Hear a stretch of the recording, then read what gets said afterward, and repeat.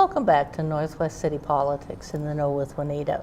We're glad that you're joining us on our show again this week. We're always very happy that there are people like you out in our audience, people that are interested in what's happening in the cities in our area.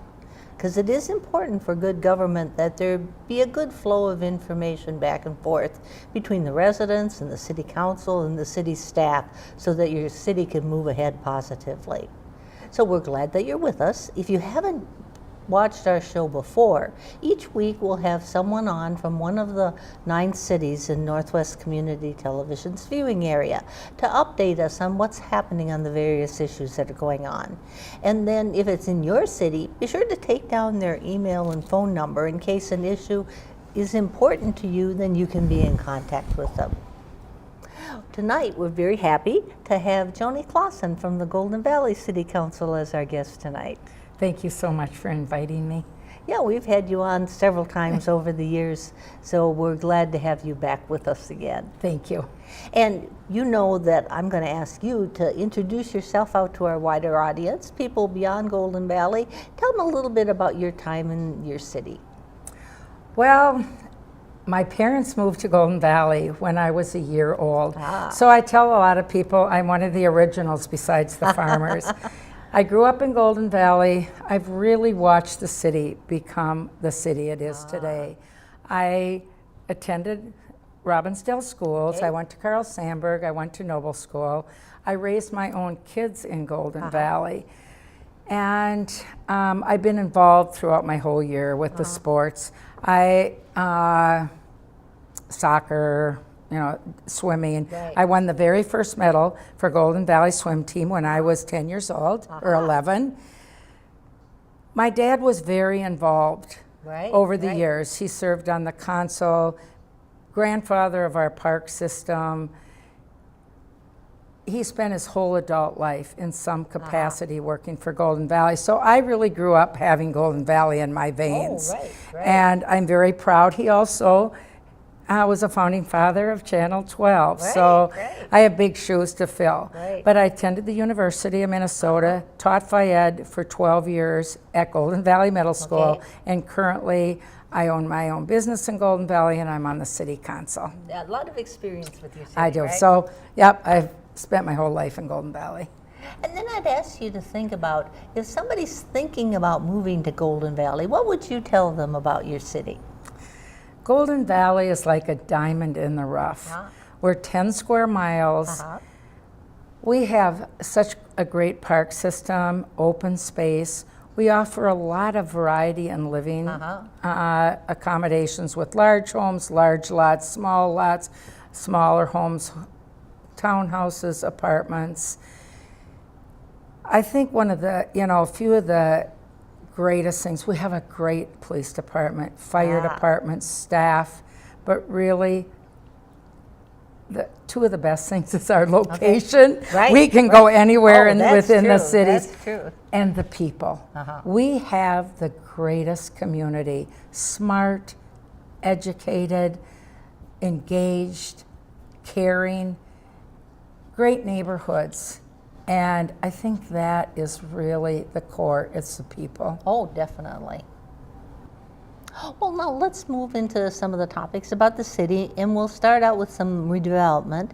There's a couple redevelopment projects that are going on right around Highway 55 and 169. And can you tell us a little bit? There's 2 different kinds of apartment projects going on there. Maybe you can briefly describe the 2 of them. Well, we have Cornerstone, which is a JHAB Jewish community complex, which is going to house disabled seniors? Or any age? Any age. Okay. And it doesn't just have to be faith-based, but it's a state-of-the-art, brand new concept. It's opening soon, but it's really a great addition to our community because it gives you know, like if I had a disabled son or daughter, I would love to know that they would have a place to go to. Oh, definitely. And they're going to have individual apartments where they can cook, and you know, most of them are 1 bedroom, but they are going to have a couple 2 bedrooms. But it's something that is so important in our society today, and it gives these you know, disabled Americans a place to go. Right. And then the other apartment project is that is the Hello. Right. And you see the sign nowadays. It's kind of down a little, almost across the street. Right. And it's going to have 171, I believe, approximately 171 apartments of studios, mostly 1 bedrooms, but some 2 bedrooms. They're going to have I think maybe 8 walkout apartments, which is another option, which is nice for people. Maybe 2 if you have a pet or something. I can't remember if they're allowing that, but it's in the process of being built right now, and it's where the old bowling alley used to be. And that was needed to be redeveloped, so it's nice to see a new development going in there. And then who is it aimed at? Who are they hoping will rent those apartments? Well, I pretty much think that it will be aimed at everyone, but a lot of is the working young people too. But today, apartment rental is big, so I think pretty much anybody can, you know, rent there.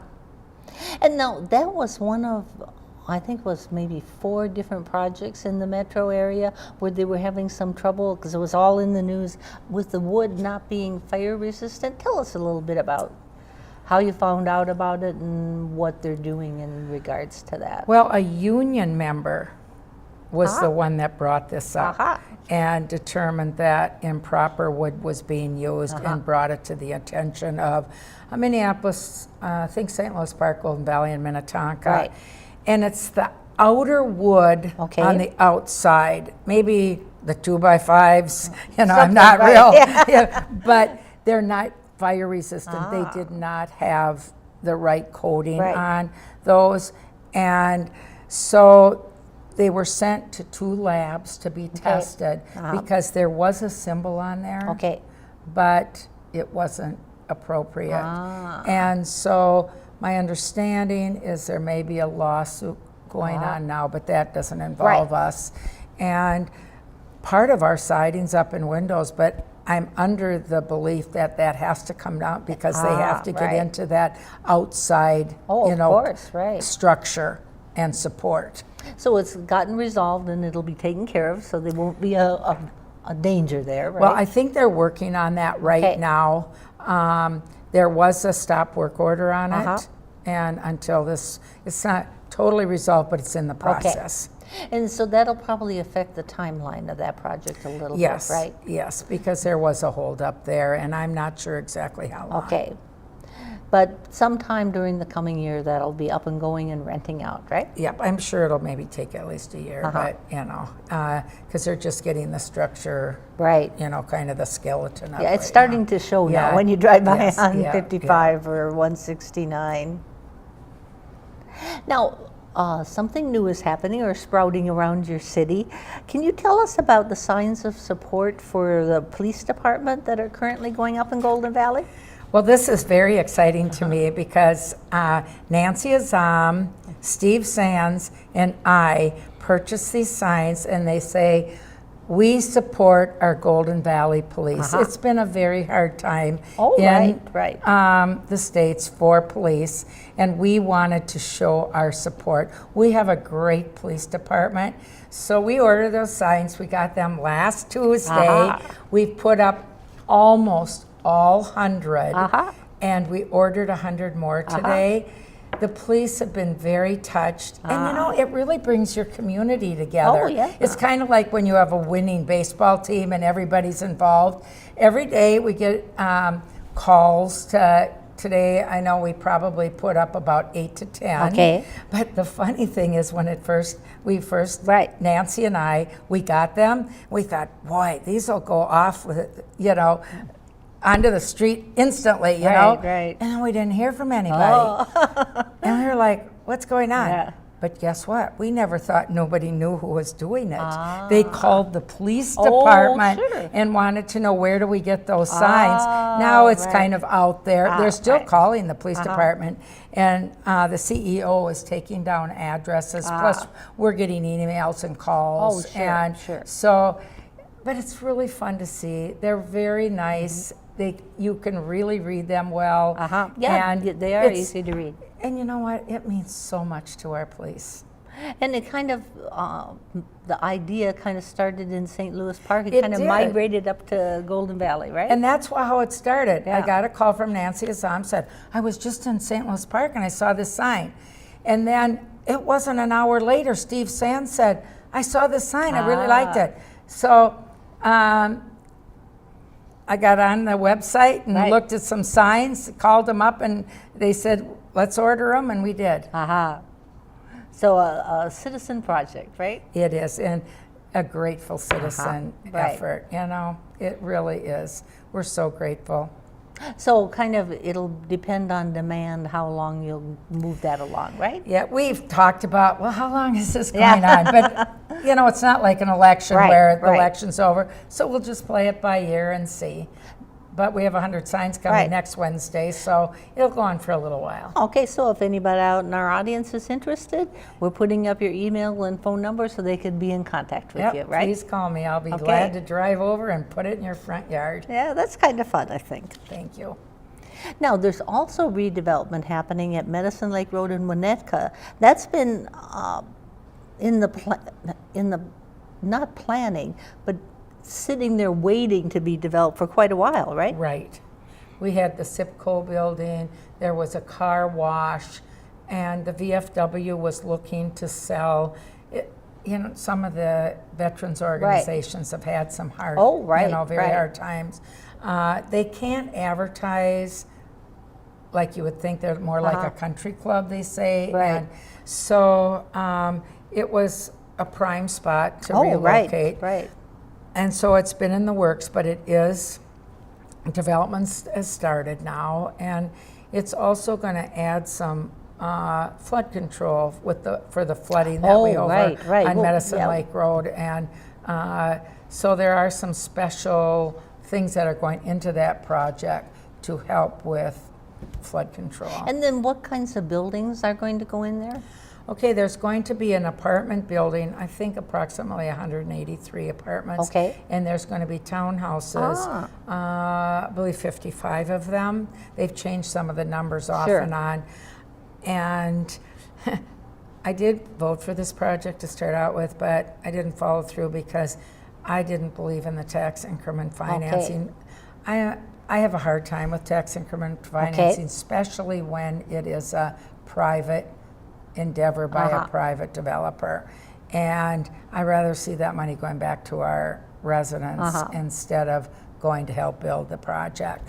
So I haven't been that supportive at the end because of that financing. And so, but it is started. They've started the foundation of my understanding is for the apartment building. Right.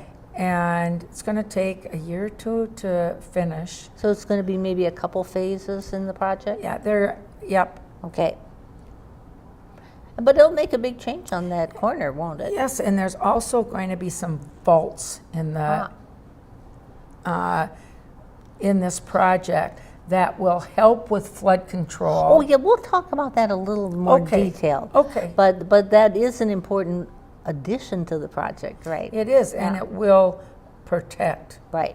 this development from flooding because of DeCola Plans and Medicine Lake. There is major flooding over there if we have a lot of rain or snow. Right. Yeah, it has been throughout the years. Yes. Now, another area where there's work going on that people can visibly see is Douglas Drive, because it's under construction and it's a joint project with Hennepin County. Can you talk a little bit about that? Well, actually, most of this was approved before I was on the council, but it's going to be from Medicine Lake Road to 55. Okay. And the road really needed to be done because it's 50 years old. I myself probably wouldn't have approved all the amenities just okay. because of the cost. Right.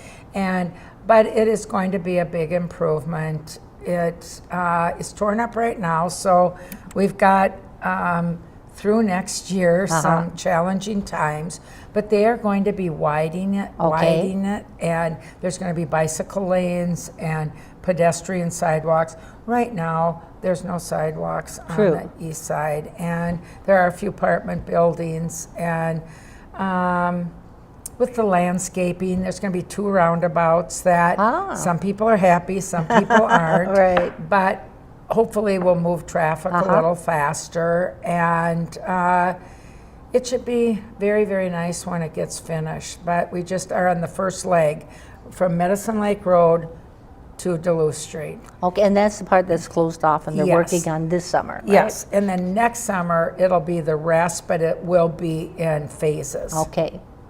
So people that live or have to deal with that area, I think that your website offers them updates and information on it, right?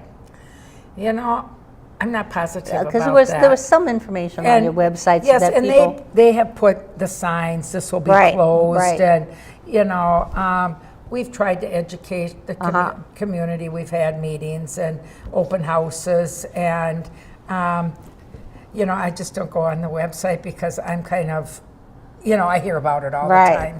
Right. But I believe that if they go on your website, they can sign up for email updates, which is important if you live in that area, so you know, all right, what's happening right now. But some things aren't on there, but you can go on, go and sign up, and you can choose. You know, it will give you choices. And I'm not sure about certain developments or this and that, but there are choices that you can sign up for, and you will get email updates. And then both Golden Valley and Hennepin County are dealing with the funding. Both entities are, right? Because it's a county road? Yes, we put a utility tax on to help us with ours, and we do have a couple, you know, Hennepin County, and I just can't remember the third one, that are contributing to this, but it is a Hennepin County road. Now, another thing cities are working on right now you're working on putting together a budget for 2016. Maybe you could talk a little bit about what are the steps the City Council takes as you're developing next year's budget, and when do you have to have some deadlines for what happens? Well, first, I think the city manager goes to the departments and they, you know, gives them some guidelines. You know, we need to either cut or, you know, blah, blah, blah. If you're going to add more, what do you want to cut? The city manager outlines, you know, with our finance person, and they come up with like 3 books. And line by line, what each department, our employees, benefits, you know, everything's laid out. And then we as a council, we go through those. Then we ask questions, you know, add, take away, you know, we go through it. And in September, we have to come up with our levy. And then when we come up with a levy, what we're going to do, we can go down, but we can't go above that. And then we finalize it at the beginning of December. And, you know, the budgets of the city are a lot like your home budgets, but a lot, you know, instead of more complicated. Hundreds and thousands, it's thousands and millions. And it's very technical. And without the help of our city manager and our finance answering questions, you know, it's overwhelming because we have so many things that need to be fixed. I mean, we have an older city. Our infrastructure, that's a problem with most cities today. Definitely. And it's a lot of infrastructure that you don't see. Sewer, water, and you don't realize how costly those are to fix. Our pavement management. We have a lot of debt in Golden Valley, about $100 million, which is a lot for a small city. Most of it's been because of our pavement management. But we're coming to the end of that. And where some cities maybe have just kept, done a surface, overlay, we have done a good job. But after that, we're going to still have to maintain them. Oh, right. But we have spent over the last, I think, was it in the 90s they started it? We spent a lot of money. But our roads we have a few areas left to do, but we're almost finished. We would have been finished by now, but because of the cost of everything, we've had to divide up some of the years. And asphalt has gotten so expensive, and now we've added the community center. But with the community center, our HRA, they're taking a bond out through us and through property taxes, then we will be paying that off. But we're going to have to start addressing this debt.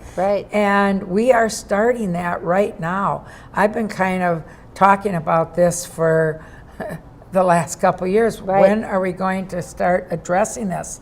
Because it's, how are we going to pay this off? And so we're starting that process now. And it's not that pretty. Well, and you need to get a lot of citizen input on that. And I agree, and that's one thing, because it's going to cost them a little bit more money. Right. How do we do this for the long range? Right. Do we do a little by little and then all of a sudden, you know, swamp our homeowners, or do we do it gradually? Right. But my big thing is, how are we going to involve the citizens, get their input, because they're the ones that have to pay. Right. But you know, we have to address this if we want to keep our city livable, viable, and you know, for the future, Right. for our kids and grandkids. So it's like a two-phase process. There's the budget for next year, but there's also looking towards the future. And we're starting that now. And is Golden Valley raising, I think you said utility fees to help with that? Because that was one place cities could look at, right? That is for what we're gonna look for our future. Okay. We've been discussing ways which we can address fixing our infrastructure and keeping our city viable in the future. And that is one thing we're looking at. We have done that for Douglas Drive. Right. But nothing's in cement yet. We're just in the talking and looking and understanding some of the ways we can do it. And you need to consider a lot of different ways of approaching the problem before you can start figuring out which is the best way. Well, I said maybe we better take $20 and go buy a lottery ticket every week, and maybe we could win. Because that'd be a good win. We could take care of a lot if we won, which is not a sure thing. The city council deals with budget issues during, you call your one of your meetings a work session or a study session, or I don't remember what Golden Valley calls, where you gather information? Is that where you talk about the budget? Okay, we talk about our budget during our council manager, and we kind of we break it down. Right. And we're given, now with Tom Burt, we did a little different. They would say, okay, we're doing police, fire, Brookview, blah, blah, blah. Now it seems like they give us a whole book, and it's a lot, but we take it over 2-3 months and look at it. So it's a long-term process. But then after we set the levy, we still have from September till December to make changes that we need. But like I said, we can go down, but we can't go up on the levy. And then this would be a good time for citizens, if they've got some projects they'd really like to see done or they really don't want to see done, this is the time to be contacting the mayor and city council people, right? It is, and we don't hear much, really. We don't hear that much. It's, it is a little overwhelming. But I thought we might as well give a pitch for that. Yeah, it affects them. Following the budget is complex, but specific projects you could let people know. Yes, and it affects them. Right, right. And so this is their time to bring up questions and ask. And, you know, there are some things we just have to do. Right. But there's some things we are going to have to start prioritizing what we want to do. We'd like to do everything. Oh, right. But we can't do everything. Right. And we're going to have to decide what's more important, this or this. And maybe doing this now, maybe we can do this next year or the year after, maybe we can't do it at all. Right. Now, we did have, I want to say it was $900,000, or maybe it was 90. Oh, okay. I think it was, I want to say 900, but Okay. anyway, water. Right. We took that out. We just, you know, it's not that our kids wouldn't love it and Yeah. our citizens, but we just do not have the money for it. Maybe it was 90, but I want to say Right. it was more than that. Right. But we had to take it out. Yeah, there's a lot of weighing and balancing when you go through a city budget process. We, you know, I think our city does a good job because we have it all outlined. You know, this year we're going to do this police car, maybe this maintenance truck, this golf course mower. Right. But we have a system, and we have it outlined for 4 or 5 years out, so that all of a sudden we don't need everything at once. Definitely. And we can't afford it. But cities are faced with such big expenses. Oh, yeah. And like I said, the sewer and water, and just when a main breaks, and you know, it's you can't just say, well, we'll fix that next year. You know, you have to do it. So some you can't, right? But within the departments, they understand their department, what needs to be done, and what's, you know, we had a strategic plan last year, and we looked at when things were done in our parks, and, you know, with our infrastructure, and what's been done, what needs to be done, and we took a look, and it's like, wow, you know, when you start looking at the whole big picture. Right. Well, we'll encourage people, if they have a real interest in the city budget, that you can go online and look at it, or you could come to the meetings when you're talking about it. Yeah, or they can call us too, you know, and they can call Sue Vernick, our finance department head, or they can call us, and if we don't know, we can find out. Right. That is the one thing that's very important to me. I'm very good at customer service. Maybe it's because I own my own business. Right. But getting the questions answered, no important. matter what it is, Right. for our citizens. It's important. Yeah. Well, I want to thank you so much for thank you so sharing all much. these things about Golden Valley with us and our audience. And we'll encourage you out there to tune in next week for part 2 on Golden Valley's issues. Remember, if you're from Golden Valley and any of these issues are important to you, be sure to call or email Joanie Clausen and work with her on the issues. We're glad you're with us, and we hope you'll join us next week. Bye. Thank you.